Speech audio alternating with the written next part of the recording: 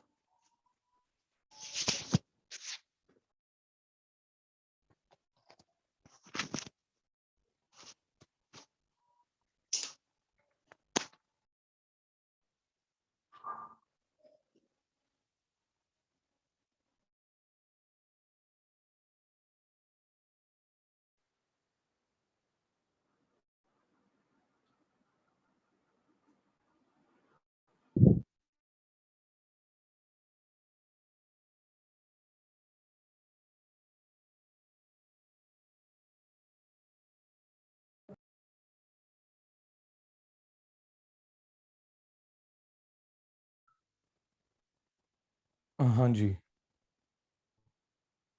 अभी तक नहीं है बच्चे। सबको कह दें एक दफा दोबारा कि ऑनलाइन हो जाएं, क्योंकि मैं स्टार्ट करूं फिर।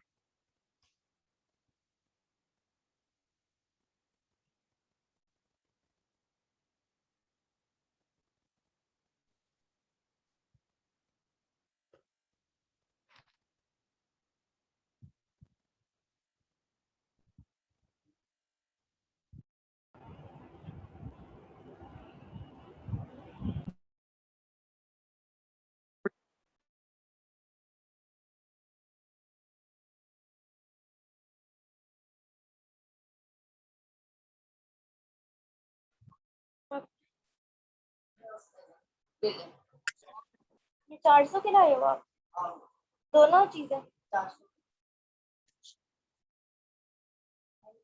मम्मा मुझे इसकी कमीज बना दो।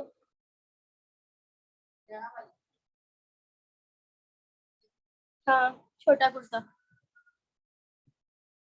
ऐसी लाइनें ना आए, सीधी लाइनें आए, सीधी तो बस ऐसे तुम बने। अपना माइक म्यूट करो।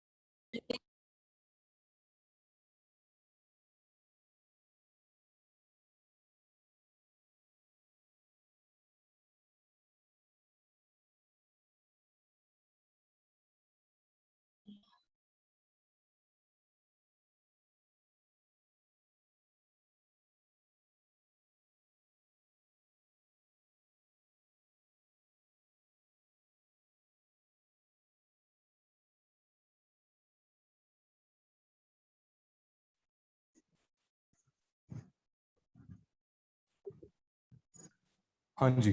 तो मैं स्प्लिटिंग भी बात कर रहा था, और वो मुझे पता ही नहीं था कि मीटिंग एंड होगी। अब मेरी आवाज आ रही है आप लोगों को? हाँ, मेरे ख्याल से अब तो आ रही यस है। सर आ रही है। अच्छा चलें ठीक है, अब स्प्लिटिंग के बारे में डिस्कस करते हैं। देखिए जी, मैं स्प्लिटिंग के बारे में ये पढ़ा रहा था कि मैं इसको शेयर कर दूं स्क्रीन को। स्प्लिटिंग थोड़ा सा मुश्किल कॉन्सेप्ट है, इसको मैं दोबारा से डिस्कस करता हूँ। देखिए स्प्लिटिंग में ये था कि मैंने जो सेकंड हार्ड साउंड होता है, सेकंड हार्ट साउंड को भी दो हिस्सों में स्प्लिट किया जाता है। सेकंड हार्ट साउंड कभी भी एक हार्ट साउंड नहीं होता, सेकंड हार्ट साउंड के दो आगे सब्स्टिट्यूशंस होते हैं, सो सब डिवीजन्स होती हैं। दो सब डिवीजन्स किस तरह से होती हैं? मैंने आपसे ये कहा कि S1 कब आता है? जब आपके एट्रियोवेंट्रिकुलर वाल्व बंद होते हैं। S2 तब आता है जो सेमील्यूनर वाल्व्स बंद होते हैं। जो सेमील्यूनर वाल्व्स हैं इनमें स्प्लिटेड साउंड होता है, सिंक्रोनाइज साउंड नहीं होता, दो साउंड्स होते हैं इसके। अब कोई बात तो अजीब लगेगी क्योंकि हमने पहले ये बात की है कि एक S1 साउंड आता है जब एट्रियोवेंट्रिकुलर बंद हुए, तो S2 उस वक्त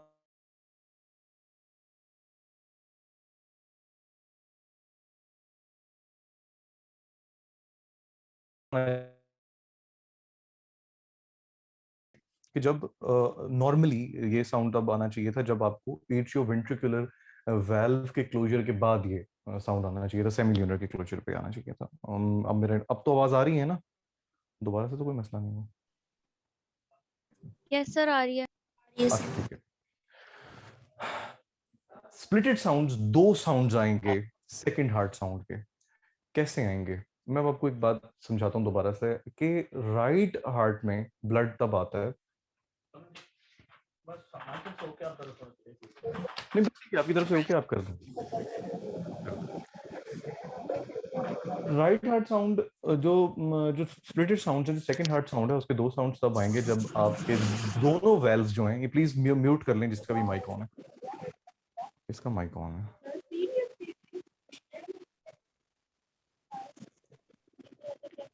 अलीना आमिर और आयशा नूर।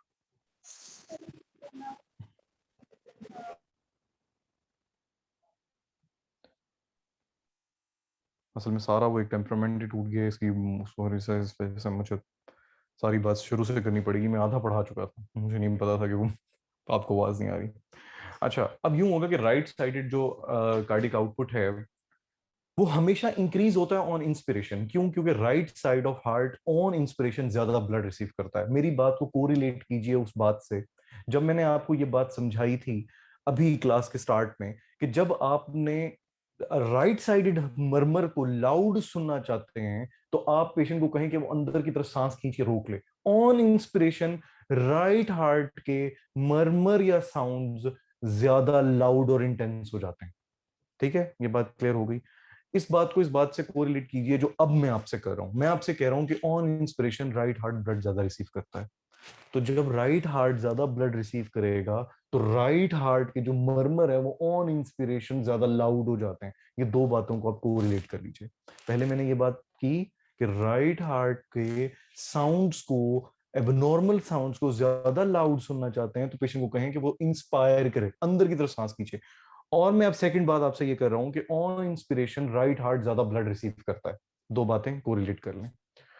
होता क्या है, कभी आपने ये सोचा कि जब आप बैठ के उठते हैं तो ग्रेविटेशनल फोर्स से आपका ब्लड जमीन की तरफ वापस जाता है, एकदम आपकी टांगों की तरफ जाता है, ठीक है, पेरीफ्रीज में एकदम डिस्ट्रीब्यूट होता है।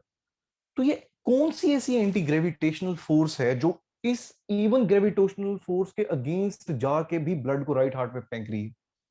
आपने ऑर्थोस्टैटिक हाइपोटेंशन न्यूरोपैथिक डिजीज जिन पेशेंट्स को होती है उनमें सुना होगा। वो कहते हैं जी वो बैठे थे, बैठ के एकदम खड़े हुए हैं तो सर चकराया और गिर गए। ये ऑर्थोस्टैटिक हाइपोटेंशन है। न्यूरोपैथिक डिजीजेस जिनको होती हैं, खासतौर पर डायबिटीज, उनमें ये होता है। अक्सर ये पेशेंट आते हैं कि जी वो वॉशरूम में बैठे थे, एकदम जो खड़े हुए हैं, सर चकराया और वॉशरूम में ठा की आवाज आई है तो हमने दरवाजा खोला तो गिरे पड़े थे। वो यूं होता है कि जब वो खड़े होते हैं तो न्यूरोपैथी हुई भी होती है उन पेशेंट में ड्यू टू डायबिटीज, तो जो एड्रेनलिन रश होना चाहिए था, जो वेसोकंस्ट्रिक्शन होनी चाहिए थी, वो नहीं होती। तो ग्रेविटेशनल फोर्स के अगेंस्ट आपका ब्लड राइट हार्ट में नहीं आता। ब्लड राइट हार्ट में कहां से आ रहा है? इंफीरियर वेना के पास है। इंफीरियर वेना के पास कहां से ला रही है? लेग से, पेरिफेरीज से। अच्छा, अब ये एंटी ग्रेविटेशनल फोर्स हार्ट ऊपर है, लेग से ब्लड आप राइट हार्ट में एंटी ग्रेविटेशनल फोर्स के अगेंस्ट पहुंचा रहे हैं। कैसे? इस तरह पहुंचा रहे हैं कि जब आप इंस्पायर करते हैं, जब सांस अंदर खींचते हैं, एक नेगेटिव इंट्राथोरेसिक प्रेशर जनरेट होता है। ये नेगेटिव इंट्राथोरेसिक प्रेशर करता क्या है कि ये एक इन्फ्लेट करवाता है आपके लंग्स को। जब आपके लंग्स इन्फ्लेट होते हैं तो आपका प्लूरा इन्फ्लेट होता है। जब आपका प्लूरा इन्फ्लेट होता है तो आपका diaphragm downward and outward push होता है। जब ये डाउनवर्ड पुश होता है तो आपकी पोर्टल सर्कुलेशन में और इंफीरियर वेना केवा में जितना ब्लड होता है, ये इन्फ्लेटेड लंग्स और प्लूरा उस इंफीरियर वेना केवा को और पोर्टल सर्कुलेशन को पुश करते हैं, और जब वो पुश करते हैं तो वो एक प्रेशर जनरेट करते हैं जो ग्रेविटेशनल फोर्स के अगेंस्ट आपके राइट हार्ट में ब्लड पहुंचा देता है। आपकी इंस्पिरेशन पे जब आपके लंग्स इन्फ्लेट करते हैं तो वो इंफीरियर वेना केवा को जब पुश करेंगे या पोर्टल सर्कुलेशन को जब पुश करेंगे तो वो राइट हार्ट में ब्लड को एंटी ग्रेविटेशनल फोर्स के अगेंस्ट ब्लड पहुंचाने में कामयाब हो जाते हैं, क्योंकि जब ये पुश करते हैं तो ये वेजो कंस्ट्रिक्शन करवाते हैं, और ये वेजो कंस्ट्रिक्शन इतना प्रेशर जनरेट कर लेती है कि ग्रेविटेशनल फोर्स उसके ऊपर कोई असर नहीं रखती। फिर तो फिर राइट हार्ट में आपके ब्लड आ जाता है ऑन इंस्पिरेशन, नॉट एक्सपिरेशन। अब अगली बात सुनिए, राइट हार्ट में तो ब्लड आ गया, कहां कहां आया? राइट एट्रियम में, राइट वेंट्रिकल में, ठीक है। ऑन इंस्पिरेशन हमने ये बात स्टैब्लिश कर ली कि राइट एट्रियम और राइट वेंट्रिकल में ब्लड ज्यादा होता है। ऑन इंस्पिरेशन होता क्या है, राइट एट्रियम में जब ब्लड आएगा तो राइट वेंट्रिकल में भी उतना ही आएगा। राइट वेंट्रिकल में वो डायस्टली करवाएगा, जब तो जब वेंट्रिकुलर डायस्टली होगी तो बहुत ज्यादा ब्लड रिसीव करेगा। जब वो बहुत ज्यादा ब्लड रिसीव करेगा, अब हमने एक बात तो यहां जान ली कि ऑन इंस्पिरेशन राइट हार्ट में ब्लड ज्यादा है, लेफ्ट में कम है। अब मुझे एक बात बताइए, एक दरवाजा है, मैं उसको खोलता हूं, मैं कहता हूं जी इसमें से 20 बंदे गुजार दें, और फिर इसको दरवाजे को बंद कर दें, और फिर मैं कहता हूं ये दरवाजा, इसमें से 2 बंदे गुजार दें और इसको बंद कर दें, कौन सा दरवाजा ज्यादा जल्दी बंद होगा? जिसमें से 2 बंदे गुजरेंगे या जिसमें से 20 बंदे गुजरेंगे?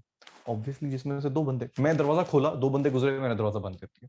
मैंने दरवाजा खोला, अब 1 गया, 2 गया, 3 4 5 6 8 9 10 और 20 गुजरे, उसके बाद जाके मुझे दरवाजा बंद करना पड़ा है। तो कौन सा दरवाजा जल्दी बंद हुआ है? जिसमें से 2 बंदे गुजरे हैं। इस बात को इस बात से स्टैब्लिश कीजिए, कोरिलेट कीजिए। लेफ्ट वेंट्रिकल के पास सिर्फ गुजारने को 2 बंदों जितना ब्लड है, राइट वेंट्रिकल के पास 20 बंदे गुजरने जितना ब्लड है। तो कौन सा वेल्व ज्यादा जल्दी बंद होगा, कौन सा दरवाजा ज्यादा जल्दी बंद होगा? एओर्टिक ज्यादा जल्दी बंद होगा, आपका जो लेफ्ट पल्मोनिक, जो राइट पल्मोनिक वेल्व है वो लेट बंद होगा। दैट्स व्हाई इनमें स्प्लिटिंग होती है। ये जो टाइम डिफरेंस आया है, ये जो लेफ्ट साइड पे आपका एओर्टिक वेल्व जल्दी बंद हुआ है और पल्मोनिक वेल्व लेट बंद हुआ है, ये स्प्लिटिंग करवाएगा, ये स्प्लिटिंग करवाएगा, ये स्प्लिटेड हार्ट साउंड जनरेट करेगा। तो S2 जो होता है उसका A2P2, A2P2 ये साउंड होता है। एओर्टिक पल्मोनिक, एओर्टिक पल्मोनिक, पहले एओर्टिक बंद, फिर पल्मोनिक बंद, फिर एओर्टिक बंद, फिर पल्मोनिक बंद। पल्मोनिक हमेशा एओर्टिक के बाद जाके बंद होगा। This is called the splitting of second heart sound. एक और रीजन भी है जिसकी वजह से लेफ्ट साइड पे ब्लड कम होता है, वो भी बताता हूँ। राइट एट्रियम में जब ब्लड बहुत ज्यादा वो रिसीव करता है ऑन इंस्पिरेशन, तो जो चैम्बर होता है, जो इंटर एट्रियल वेल्व है, वॉल है, वो जो दीवार है दोनों एट्रिया के बीच में, जो लेफ्ट एट्रियम और राइट एट्रियम को डिवाइड कर रही है, जब राइट एट्रियम बहुत ज्यादा ब्लड रिसीव करता है तो वो दीवार इनकॉपरेट कर जाती है आपके लेफ्ट एट्रियम में। जब लेफ्ट एट्रियम में इनकॉपरेट करती है तो लेफ्ट एट्रियम के पास थोड़ी जगह बच जाती है ब्लड रिसीव करने के लिए फ्रॉम पल्मोनरी वेजल्स। तो फिर इसलिए भी लेफ्ट एट्रियम के पास कम ब्लड रिसीव होता है ऑन इंस्पिरेशन, क्योंकि उसके पास रिसीव करने के लिए, अकोमोडेट करने के लिए जगह ही कम है। जितनी जगह उसके पास कम होगी, जितना वो कम रिसीव करेगा उतना ही कम लेफ्ट वेंट्रिकल को देगा। इसलिए भी ऑन एक्सपिरेशन लेफ्ट हार्ट में ब्लड कम होता है और ज्यादा होता है, ऑन इंस्पिरेशन कम होता है।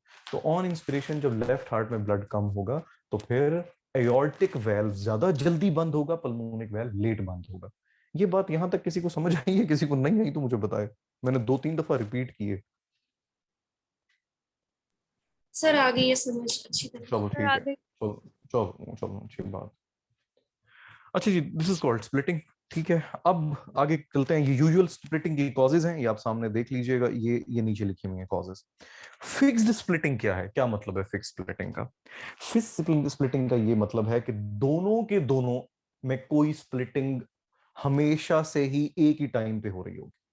For example, in atrial septal defect देख लीजिए, flows from left atrium to the right atrium, the right sided stroke volume is increase 3 times and P2 is delayed, result wide splitting of S2।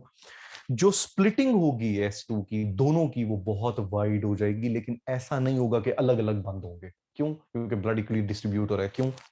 Atrial septal defect है। Blood बड़ा inspiration पे right atrium बहुत ज्यादा blood receive कर रहा है, जी ठीक है, कर रहा है। लेफ्ट एट्रियम, हमने अभी बात की कि लेफ्ट एट्रियम के पास उतना ब्लड नहीं होगा, लेकिन हम यहां कह रहे हैं उनके सेप्टा में डिफेक्ट है। तो जितना राइट एट्रियम में ब्लड आ रहा है उतना ही लेफ्ट एट्रियम में भी आ रहा है। क्यों? बीच में एक रास्ता है, जिसे हम एट्रियल सेप्टल डिफेक्ट करें, दिल में तो सुराख है, तो राइट एट्रियम में भी ब्लड रिसीव हो रहा है, लेफ्ट एट्रियम में भी रिसीव हो रहा है ऑन इंस्पिरेशन, तो कोई स्प्लिटिंग में डिफरेंस नहीं होगा। स्प्लिटिंग होगी, वाइड हो जाएगी, लेकिन इक्वल फिक्स्ड होगी, है, A2P2 नहीं होगा।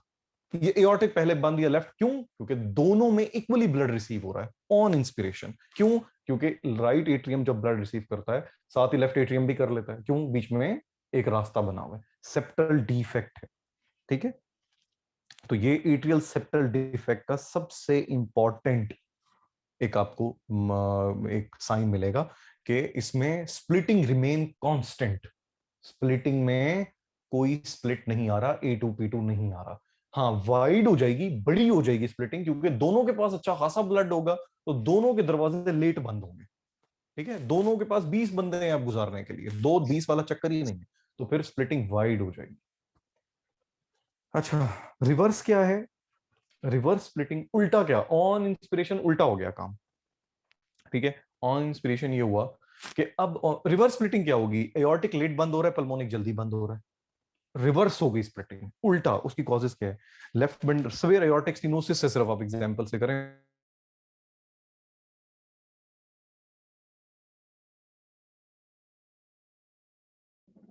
एओर्टिक वेल्व अच्छा ओपन नहीं हो रहा, ठीक है। तो जब वो अच्छा ओपन नहीं होगा तो ब्लड कैसे फेंकेगा?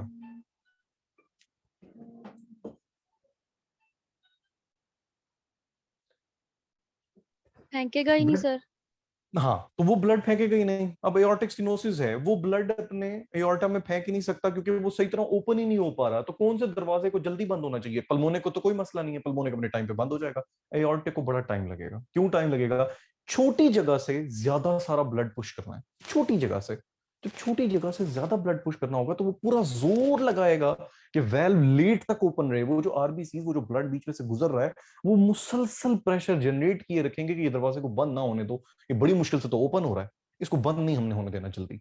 तो वो उस छोटी जगह से जब ज्यादा सा ब्लड पुश होगा, तो वो एक प्रेशर जनरेट करेगा, जिसकी वजह से एओर्टिक वेल्व थोड़ा लेट बंद होगा in comparison with pulmonic valve. Splitting उल्टी हो गई, रिवर्स स्प्लिटिंग हो गई। दूसरी कॉज क्या लिखी हुई है? Hypertrophic obstructive cardiomyopathy. इतना हाइपरट्रॉफिक लेफ्ट वेंट्रिकल होगा कि इतनी जानदार सिस्टली करवाएगा कि उस ब्लड के प्रेशर से जो इजेक्ट कर रहा है एओर्टा, एओर्टिक वेल्व में से, एओर्टिक वेल्व जल्दी बंद नहीं होगा, एओर्टिक वेल्व को टाइम लगेगा बंद होने में। जहां एक नॉर्मल सा लेफ्ट वेंट्रिकल है, वहां अब अच्छा खासा बॉडी बिल्डर लेफ्ट वेंट्रिकल है। वो बॉडी बिल्डर लेफ्ट वेंट्रिकल अच्छा खासा प्रेशर जनरेट करके इजेक्शन फ्रैक्शन करवाएगा। जब वो इजेक्शन फ्रैक्शन बनाएगा अच्छी खासे प्रेशर से, तो एओर्टिक वेल्व ठीक तरह से जल्दी बंद नहीं होगा। तो पल्मोनिक पहले बंद हो जाएगा, एओर्टिक लेट बंद होगा। इसको फिर कहेंगे रिवर्स स्प्लिटिंग।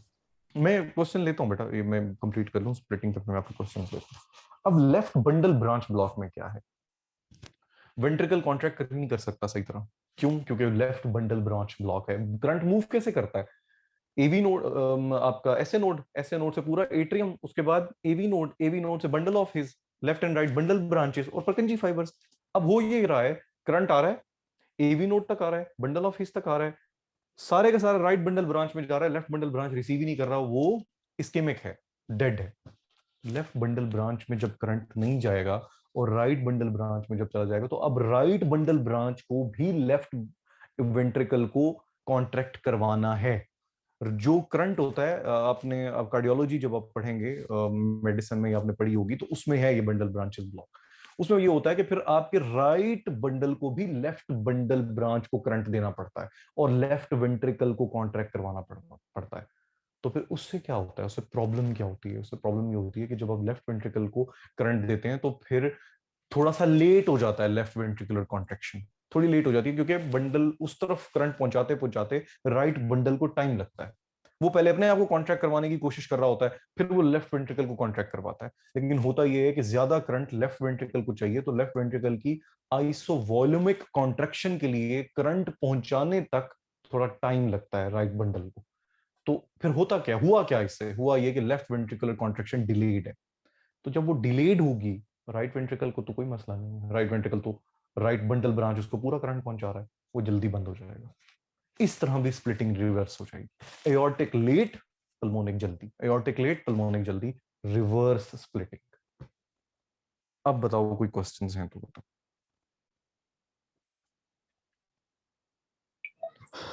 रिवर्स स्प्लिटिंग में ब्लड ज्यादा है या प्रेशर ज्यादा है लेफ्ट वेंट्रिकल में? बेटा ये बात ही नहीं है कि उसमें ब्लड ज्यादा है या प्रेशर ज्यादा है, इसकी बात नहीं हो रही। इसकी बात ये हो रही है कि एओर्टिक स्टेनोसिस है, उसकी वजह से एक एक दरवाजा है, उस दरवाजे में से वो बहुत थोड़ा सा ओपन हो रहा है। वो बहुत थोड़ा सा जब ओपन हो रहा है तो उसमें से अगर फॉर एग्जांपल एक डोर है, अगर आप उसे पूरा खोल दें तो 20 बंदे जल्दी निकल जाएंगे। ठीक है, अगर आप उसे थोड़ा सा खोल दें तो एक एक करके 20 बंदे गुजरेंगे तो टाइम ज्यादा लगेगा। अब मसला ये स्टेनोसिस में आप दरवाजा सिर्फ इतना खोल सकते हैं कि एक वक्त में एक बंदा गुजर सकता है। दरवाजा पूरा खोल दें तो एक वक्त में तीन तीन भी निकल सकते हैं। ऐसा नहीं हो पा रहा। वो ये हो रहा है कि दरवाजा हम थोड़ा सा खोल रहे हैं, एक एक बंदा निकल रहा है, एक एक बंदा निकल रहा है, तो 20 बंदों को निकलने में टाइम लगेगा, तो एओर्टिक लेट बंद होगा। इसलिए एओर्टिक स्टेनोसिस में ब्लड को गुजरने की जगह ही नहीं मिल रही। थोड़ा सा ओपन होता है, वो थोड़ा सा ओपन होता है तो ब्लड ज्यादा देर के लिए गुजरता है। जो ज्यादा देर के लिए गुजरता है तो एओर्टिक वाल्व लेट बंद होता है in comparison with pulmonary valve.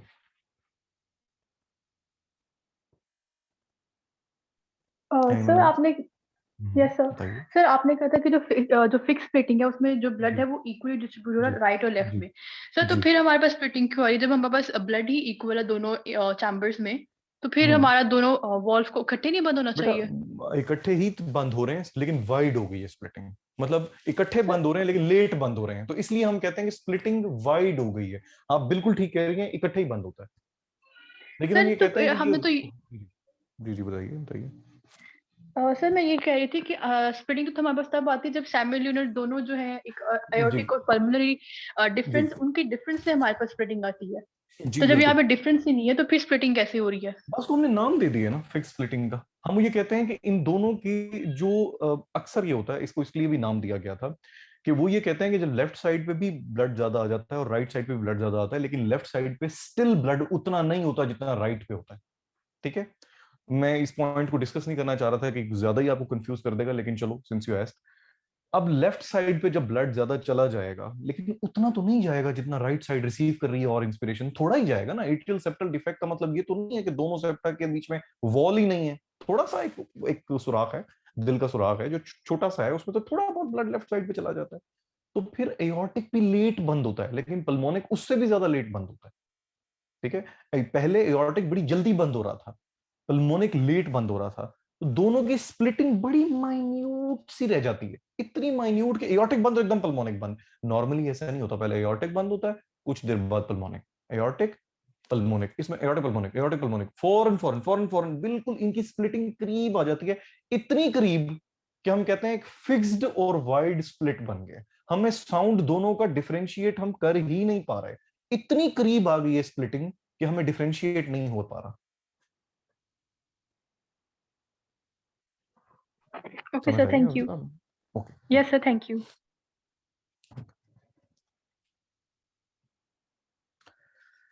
अच्छा जी, ये था स्प्लिटिंग, ये पढ़ाना थोड़ा सा सरदर्द था। अच्छा जी, ये third heart sound fourth heart sound में आपको पढ़ा चुका हूँ कि ये क्या चीजें होती हैं। अब आते हैं हम क्लिक्स पे और मर्मर्स पे और नॉर्मल हार्ट साउंड्स पे। पेरिकार्डियल नॉक क्या है? सबसे पहले तो कभी मैं आपसे कोई क्वेश्चन करूँ ना कि बेटा ये तरह पेरिकार्डियल नॉक तो बताएंगे क्या है, तो अब सबसे पहले आप मुझे ये बताएं कि ये किस डिजीज में होता है। सबसे पहले आपने मुझे ये डिस्क्राइब करना है कि इसकी कौन सी डिजीज है। पेरिकार्डियल नॉक, ये जो नॉक है, एक नॉक से याद रखें, ये कंस्ट्रक्टिव पेरिकार्डाइटिस में होता है। ठीक है, कंस्ट्रक्टिव पेरिकार्डाइटिस में हो क्या रहा है? कंस्ट्रक्टिव पेरिकार्डाइटिस में आपका जो लेफ्ट हार्ट है वो एक नॉन कंप्लाइंट बॉक्स बना हुआ है जो हिल ही नहीं रहा, जो हिल ही नहीं रहा, हिलने का नाम ही नहीं ले रहा। आप इवन एकोकार्डियोग्राफी करवाएं तो आप जब देखेंगे आप कहेंगे ये तो हिलता ही नहीं है भाई, इसको क्या हुआ है? ठीक है, और एक नॉन कंप्लाइंट कैल्सिफिक बॉक्स बना हुआ होगा, कैल्सिफिकेशन हुई हुई होगी। कंस्ट्रक्टिव पेरिकार्डाइटिस में हमेशा आपको नॉक सुनाई देता है। अच्छा, और ये एक थर्ड हार्ट साउंड की तरह से ही आपको सुनाई देता है। अब आपको मैंने थर्ड हार्ट साउंड की क्या डेफिनेशन बताई थी? मैंने कहा था वो एक नॉन कंप्लाइंट कैल्सिफिक बॉक्स है।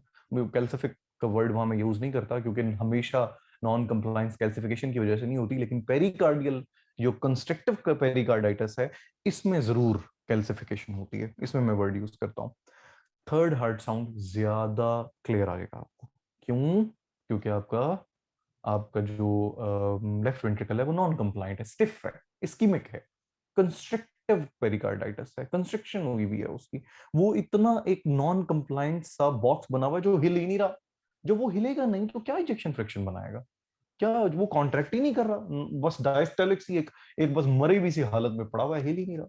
और ये बड़ी सीरियस डिजीज है और पेशेंट की बड़ी जल्दी इसमें डेथ भी हो सकती है। सो पेरिकार्डियल नॉक ये साउंड है, ये आपको कब आता है, जब कंस्ट्रिक्टिव पेरिकार्डाइटिस होती है और आपके जो लेफ्ट वेंट्रिकल है उसमें डायस्टली तो हो जाती है, सिस्टली का बड़ा मसला है इसमें, ठीक है, सिस्टली इतनी अच्छे तरीके से नहीं हो पाती।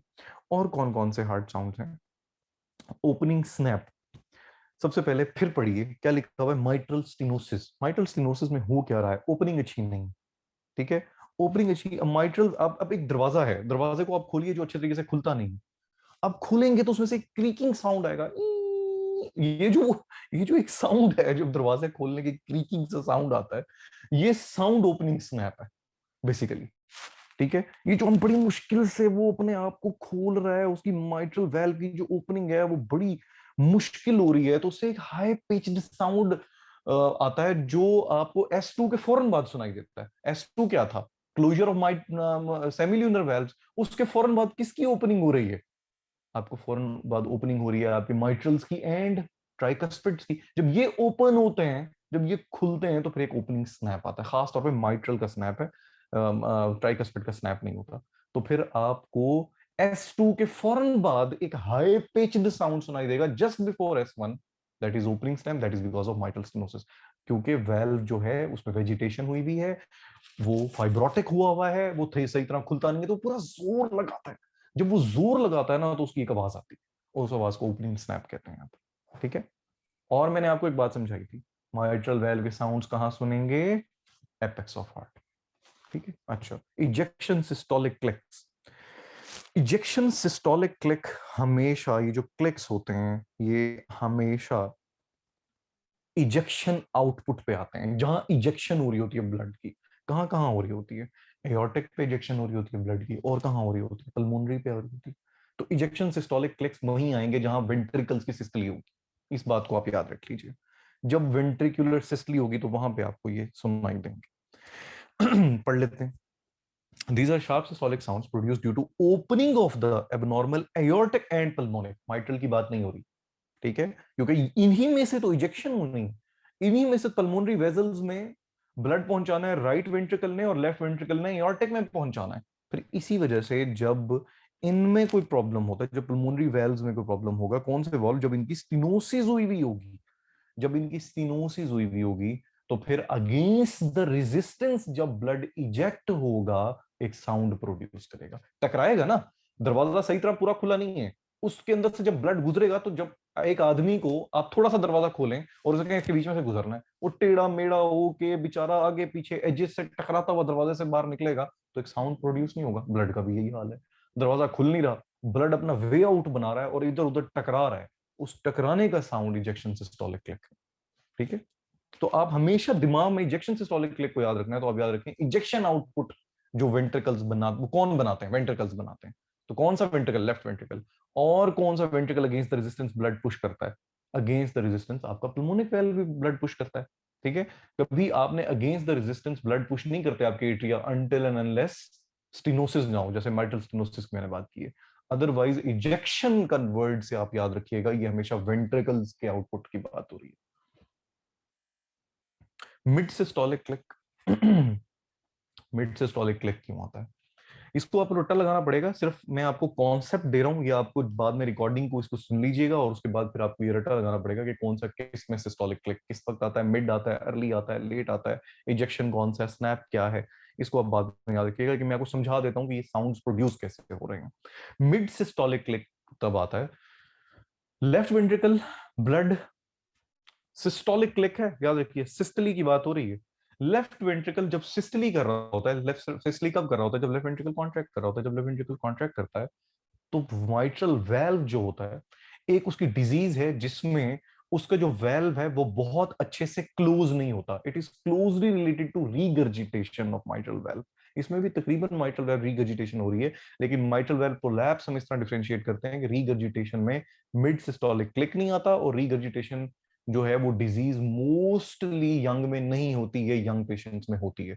और माइट्रल वेल कोलैप्स के डिफरेंशिएटिंग फीचर ये हैं कि एक तो ये यंग की डिजीज है, एक इसमें पेन है, एक इसमें पैनिक अटैक्स हैं, और इसमें एटिपिकल चेस्ट पेन है जो माइट्रल रीगर्जिटेशन में नहीं होती। That's why mitral well collapse को हम डिफरेंशिएट करते हैं माइट्रल रीगर्जिटेशन से। बट साइंस सिमिलर है, सिम्टम्स सिमिलर नहीं है, साइंस सिमिलर है। रीगर्जिटेशन ऑफ ब्लड इसमें भी है, माइट्रल रीगर्जिटेशन में भी है, बट सिम्टम्स पे हम माइट्रल वेल कोलैप्स को माइट्रल रीगर्जिटेशन से डिफरेंशिएट कर लेते हैं।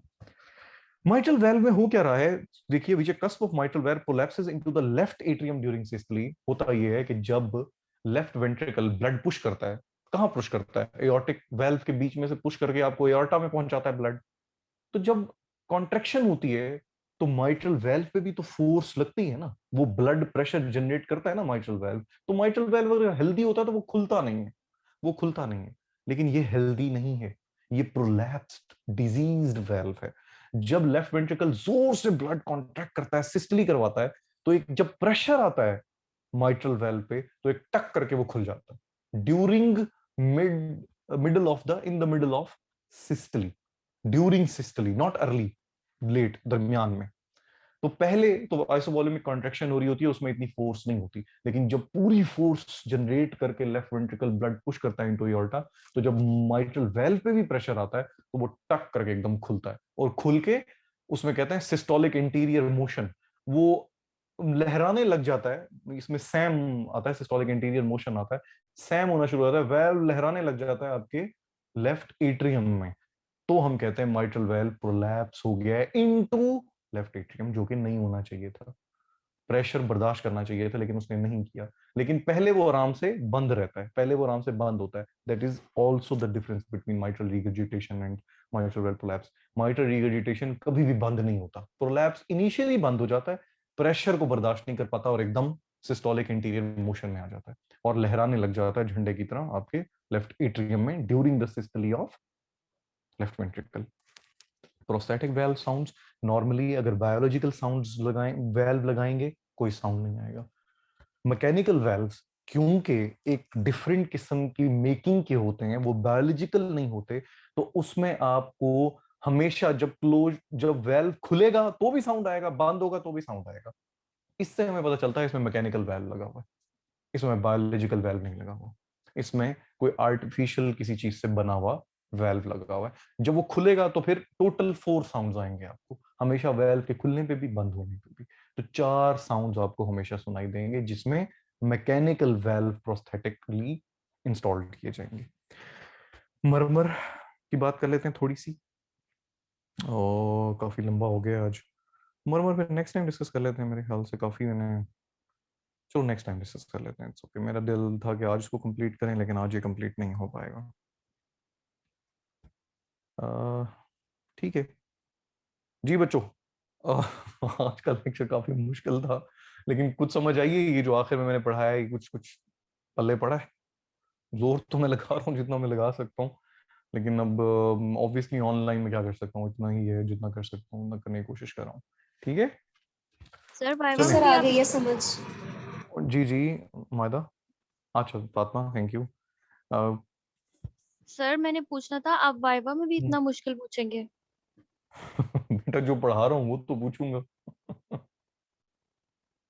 नहीं, सर बुक ये से तो जब आप बहुत पढ़ोगे आपको इतना मुश्किल। मुश्किल नहीं, देखें देखें मेरी बात सुने, जो मैं पढ़ा रहा हूँ वो सुनने में वाकई बड़ा मुश्किल लग रहा है। जब आप उसे बुक से एक दफा रीड कर लें, सिर्फ एक दफा रीड कर लें, नहीं लगेगा मुश्किल, ऑनेस्टली नहीं लगेगा।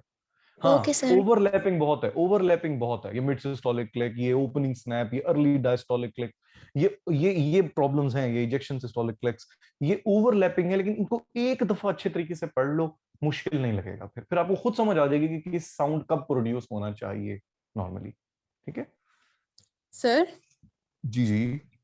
सर जो टॉपिक्स आप कह रहे हैं कि इम्पोर्टेंट नहीं है या जो आप हम्म। पढ़ा नहीं रहे कि उसकी इतनी इम्पोर्टेंस नहीं है, तो हम लोग भी वाइवा में आप वो नहीं पूछेंगे ना? नहीं देखें, वो जो मैं बातें बीच में कह देता हूँ कि हाँ इसको ना पढ़ें, वो बिल्कुल ना पढ़ें। जैसे मैंने बीच में कॉलम छुड़वाया आपसे इंटेंसिटी में, मैंने कहा है कि ये सॉफ्ट और लाउड वाले को पढ़ने की आपको जरूरत नहीं है, इस कॉलम को उसको बिल्कुल मत पढ़ें। जो मैं आपको लेक्चर में कह रहा हूँ उसको ना पढ़ें, वो मैं नहीं पूछूंगा। Okay sir, thank you.